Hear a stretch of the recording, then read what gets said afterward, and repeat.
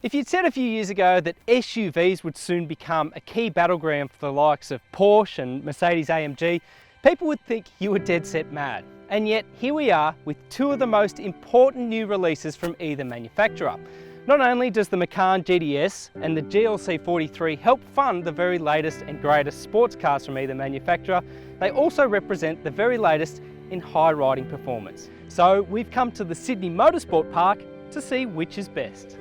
Yep, as sad as reality might be to sports car purists, the Macan and GLC are the very reason Porsche and Mercedes-Benz can continue to go bigger and better with their flagship sports cars. Each SUV offering here will set you back just over $100,000, hit 100 kilometers an hour in around 5 seconds, and offer every inch of comfort you'd expect from a European luxury SUV. The GTS employs a ratcheted up version of the regular Macan S's twin-turbo V6 engine.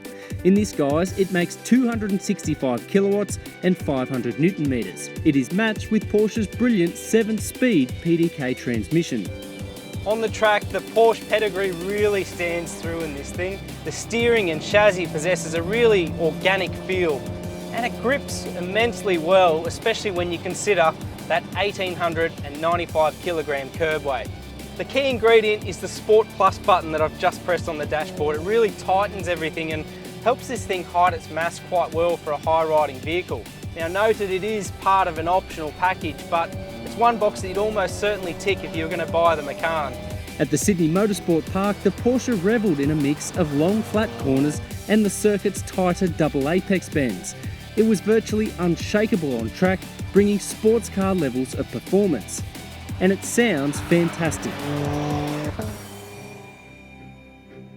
Next up, the GLC 43.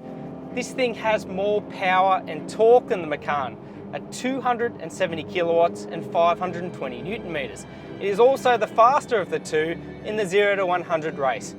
Bury the right foot, and it just squats and goes. And for me, that is unashamedly the highlight of the GLC 43. There are some areas though where it is shaded by the Porsche. For one, its brakes just cannot pull it up as quick as the Porsche. Its 9-speed automatic is a little bit slow-witted by comparison as well. When pushed to its limits, the GLC lacks the same composure as the Porsche. It is more prone to understeer and its brakes aren't as powerful as the Macan GTS. One thing's for certain though, both the Macan and the GLC help raise the bar for SUV performance. We also took either car through the urban jungle, where the GLC's supple suspension and larger rear seat and practical interior space won it back plenty of points. Equipment levels also tipped heavily in favour of the Mercedes, including its suite of active safety technology such as automated emergency braking. Then there's the cost, the GLC undercutting the Macan by nearly $8,000. But let's be honest, the ultimate bragging rights here are about which vehicle can balance that on-road comfort with real performance.